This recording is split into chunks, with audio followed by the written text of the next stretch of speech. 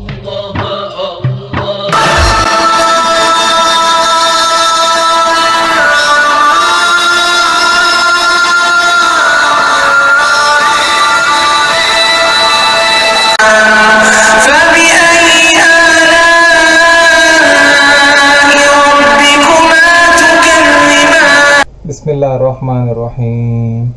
रब्बिश्रह ली सदरी वयस्सिर ली अमरी वहलुल उक़दतम मिन लिसानी यफ़क़हू क़ौली।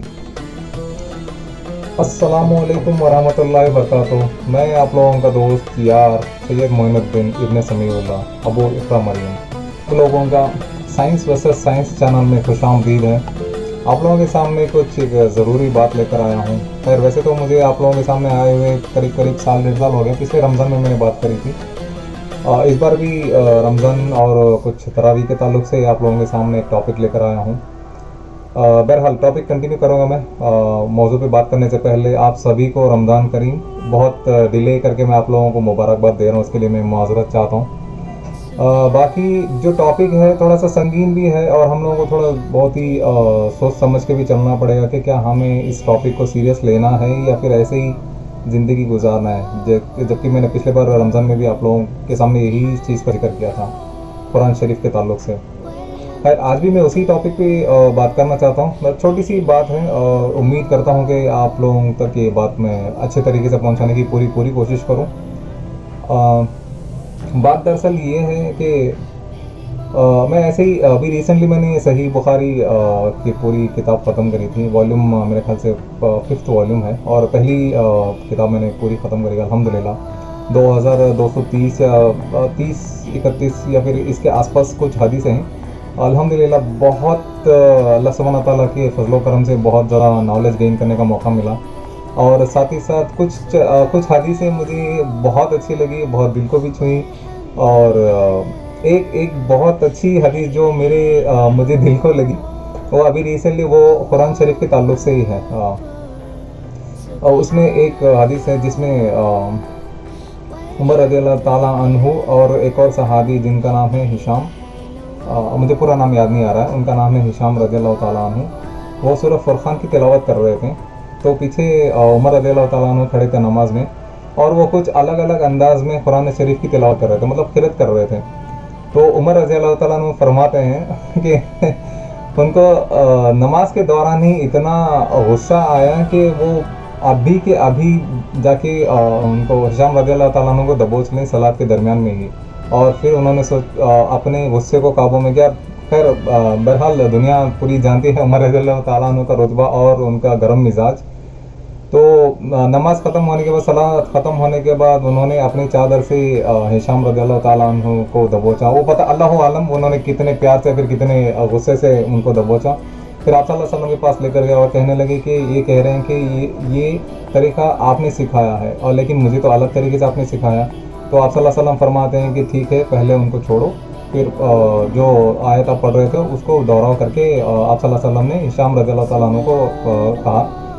तो हिशाम रज़ियल्लाहु ताला ने सूरह फुरक़ान की वही सूरतें उसी अंदाज़ में पढ़कर सुनाई। तो उमर रज़ियल्लाहु ताला ने कहा कि लेकिन आपने तो मुझे अलग ही अंदाज़ में से सुनाया। तो फिर उमर रज़ियल्लाहु ताला अन्हु को आप सल्लल्लाहु अलैहि वसल्लम ने कहा कि आप पढ़कर सुनाओ। तो उन्होंने कुछ अलग अंदाज़ में पढ़कर सुनाया। तो आप सल्लल्लाहु अलैहि वसल्लम ने कहा कि ये दोनों तरीके सही है और कुरान शरीफ को 7 अलग अलग अंदाज़ में पढ़ सकते हैं। हालांकि मैंने हदीस सुनी थी बहुत बार, बट मैं ऑथेंटिकेट नहीं कर पा रहा था कि मैं पढ़कर लिटरली फील करना चाहता था। मुझे जब ये हदीस में पढ़ रहा था तो मुझे बहुत हंसी आई और मैं हंसी को रोक नहीं पाया। मैं आपके सामने शेयर करूंगा स्क्रीन जो मैंने ले रखी स्क्रीनशॉट।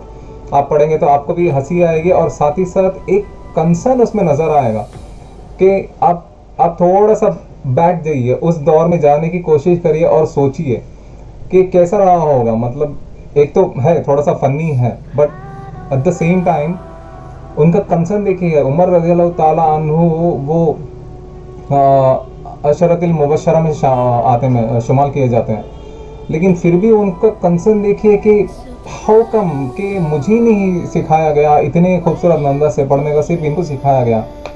तो उसके साथ ही साथ ना एक कंसर्न आ जाता है कि हमें भी उतना कंसर्न एटलीस्ट कम से कम थोड़ा सा तो कंसर्न दिल में वो गिल्टी तो फील होना चाहिए कि यार इतने खूबसूरत अंदाज से कुरान को पढ़ना है, सुनना है, सुनाना है, हमें वो तक नहीं आता। क्यों? जैसे कि मैं बता रहा था कि रमज़ान की रिलेटेड टॉपिक और तरावी की रिलेटेड टॉपिक है। खैर मैं किसी भी इल्ज़ाम नहीं लगा रहा हूँ फिर से यहाँ पे, बस एक छोटा सा कंसर्न मैं आप लोगों के सामने लेकर आया हूँ। देखिए क्या होता है ना, आजकल इमाम साहब या फिर हाफिज साहब या फिर मुफ्ती साहब, जो भी बड़े बड़े ओहदे हैं जिन्होंने भी हासिल किया, अल्लाह सुब्हानहू व तआला ने उनको दिया है, उस ओहदे के साथ साथ एक रिस्पॉन्सिबिलिटी भी आ जाती है इन सब चीज़ों को आवाम तक लेकर जाएं। लेकिन जहाँ तक मुझे लगता है ये लोग एक प्रेशर में आ रहे हैं। क्या होता है ना, मार्केट या फिर मस्जिद के आसपास की दुकान जो तिजारत करने वाले रहते हैं, छोटे स्मॉल स्केल बिजनेसमैन जो भी रहते हैं, वो तो बिजनेस का कंसर्न लेके जाते हैं, तो इमाम साहब कहीं ना कहीं एक प्रेशर में आ जाते हैं, और वो प्रेशर में आने की वजह से इमाम साहब का क्या होता है ना, स्पीड बढ़ा देते हैं। आप समझ रहे होंगे मैं किस कहाँ जा रहा हूँ। स्पीड बढ़ाने की वजह से क्या होता है ना, जो कुरान का जो पढ़ने का अंदाज है, खूबसूरती से जो पढ़ने का अंदाज है, उसको खिरत कहते हैं, जो खिरत कहते हैं, उसको सुनने का सुनाने का जो अंदाज है, उसमें क्या होता है ना, एक इजाफा आ जाता है। क्या होता है ना, आराम से देखिए, जिसको अम्मा सूरा भी कहते हैं, अलहम्द सूरा, हर नमाज में ये पढ़ना ज़रूरी है। देखिए अगर मैं कोशिश करूँ आप लोगों के सामने, माजरत चाहता हूँ अगर मैं, मेरी आवाज़ उतनी खूबसूरत नहीं है, लेकिन फिर भी कोशिश करूँगा मैं सीधी सिंपल से 7 आयतों की मैं आप लोगों के सामने पढ़ना चाहता हूँ। अऊज़ु बिल्लाहि मिनश शैतानिर रजीम, बिस्मिल्लाहिर रहमानिर रहीम, अल्हम्दुलिल्लाहि रब्बिल आलमीन, अर्रहमानिर रहीम, मालिकि यौमिद्दीन, इय्याका नअबुदु व इय्याका नस्तईन, इहदिनस सिरातल मुस्तकीम, सिरातल लज़ीना अन्अमता अलैहिम गैरिल मग़दूबि अलैहिम वलद्दाल्लीन,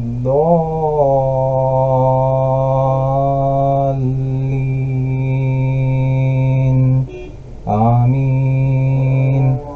ज़्यादा से ज़्यादा कितना, एक 10 सेकंड लगा होगा, और आराम से अगर इतने भी इत्मीनान से पढ़ेंगे, तब भी जो देरी से आने वाले बंदे हैं अपना इत्मीनान से वज़ू वगैरह बना के भी शामिल हो सकते हैं। लेकिन प्रेशर इतना डाल देते हैं इमाम साहबों के ऊपर भी, ये तिजारत करने वाले,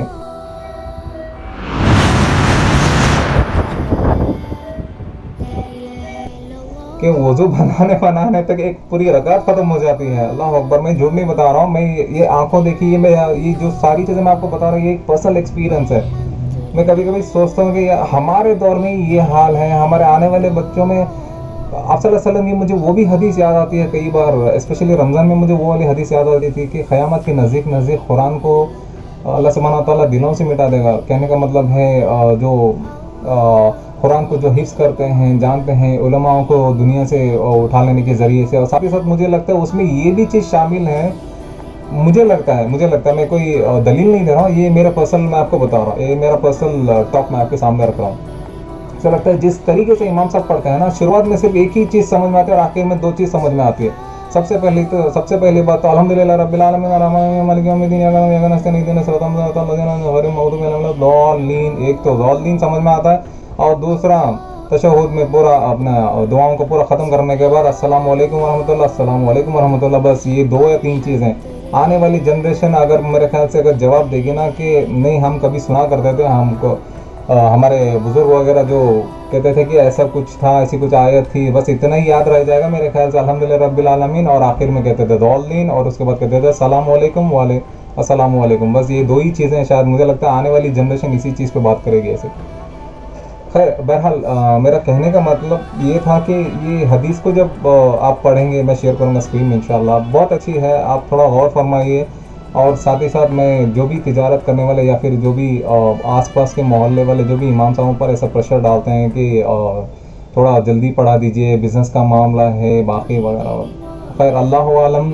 मैं तो इतनी गुजारिश करूँगा, इमाम साहब जो होते हैं वो मस्जिदों के और मोहल्ले के एक हिसाब से खलीफा होते हैं।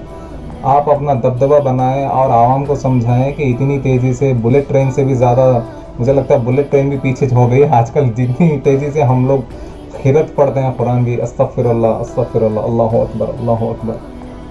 तो इमाम साहबों के सबों से मेरी एक दरख्वास्त है कि आप अपना थोड़ा दबदबा बना के रखें मोहल्ले वालों को या फिर तिजारत करने वालों के ऊपर, क्योंकि आप एक मस्जिद के साथ साथ एक उस मोहल्ले के एक खलीफा भी होते हैं और हम आप लोगों की एक इताअत करते हैं आपकी बातों का। तो मैं उम्मीद करता हूँ कि हमारे साथ साथ हमारे आने वाली जनरेशन को सही तरीके से कुरान को सुनने का, सुनाने का, पढ़ने का और अमल करने का अल्लाह सुब्हानहू व तआला मुझे और मेरे घर वालों और साथ ही साथ पूरी उम्मत को तौफीक अता फरमाए। बाकी अल्लाह सुब्हानहू व तआला कुरान में खुद फरमाता है वरत्तिलिल कुरान तरतीला, तो कुरान को ठहर ठहर कर आराम से इत्मीनान से पढ़ो ताकि समझो अल्लाह सुब्हानहू व तआला आपसे क्या गुफ्तगू करना चाहता है। और आप लोगों के सामने मैं एक और खुशखबरी देना चाहता था, जो कि हालांकि मैंने लास्ट ईयर ही इसमें मेरे चैनल पे अपलोड कर दिया था, लेकिन आप लोगों को मैं बता नहीं पाया कुछ निजी ज़िंदगी की मसरूफियात की वजह से। और बाकी मेरे और टॉपिक्स पे रिसर्च चल रही है और पढ़ाई भी बहुत अल्हम्दुलिल्लाह अल्लाह के फजल करम से चल रही है। बहुत सारे टॉपिक्स को मैंने कलेक्ट किया है, रिसर्च भी बहुत करी है। जैसे कि आप लोग भी जानते हो, कुछ एक अच्छा सा कंटेंट या फिर कुछ अच्छा सा प्रोडक्ट अगर मैं आपके सामने लेकर आना चाहूँ तो उसके लिए एक डीप रिसर्च की ज़रूरत पड़ती है, डीप रिसर्च R&D की ज़रूरत पड़ती है, एनालिसिस की ज़रूरत पड़ती है। तो वो सारे बिहाइंड द सीन्स चल रहे हैं। इंशाल्लाह एक बहुत ही अच्छा कंटेंट और बहुत ही अच्छे इन्फॉर्मेशन के साथ मैं आऊँगा बहुत ही जल्द।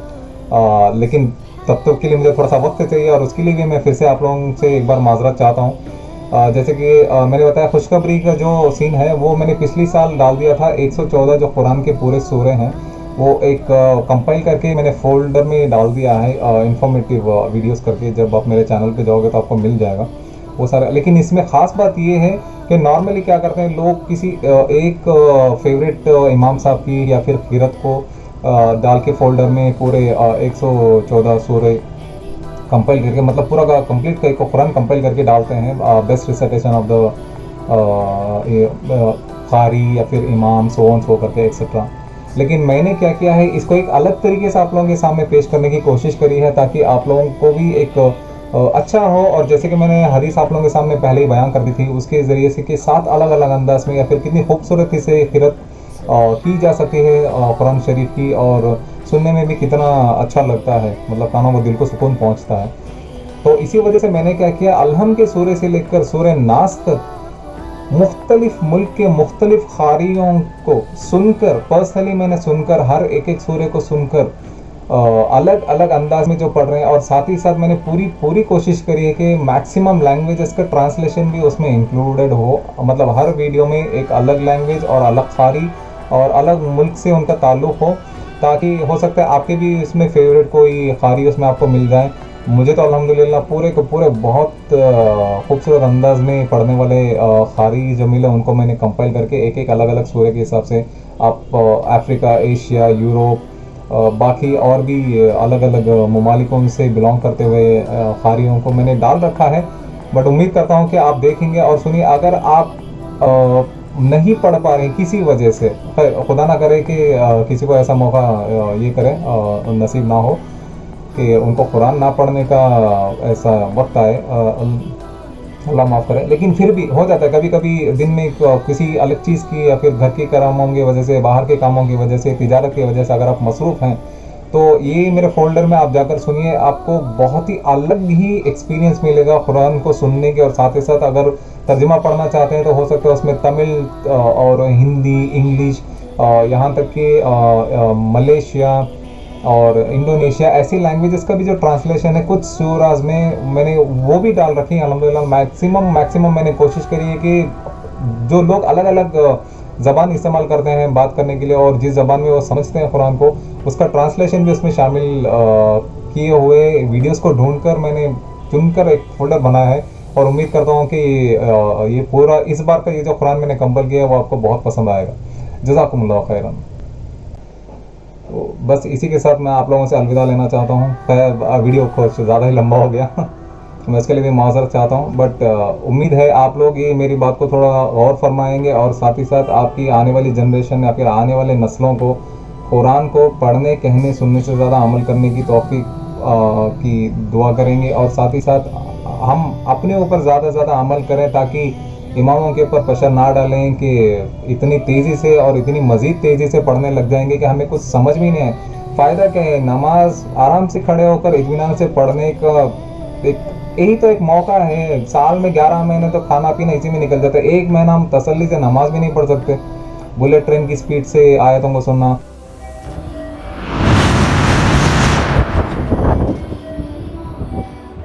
और नमाज मेरे ख्याल से एक अल्लाह सुब्हानहू ताला की इबादत की बजाय हम एक सिर्फ फॉर्मेलिटी निभा रहे हैं, बस पीछे खड़े हो जाओ, हाथ बंदो, रुको में जाओ, सजदे में जाओ, तशहुद में बैठो, सलाम फेरो, बस इसके बाद घर चलो।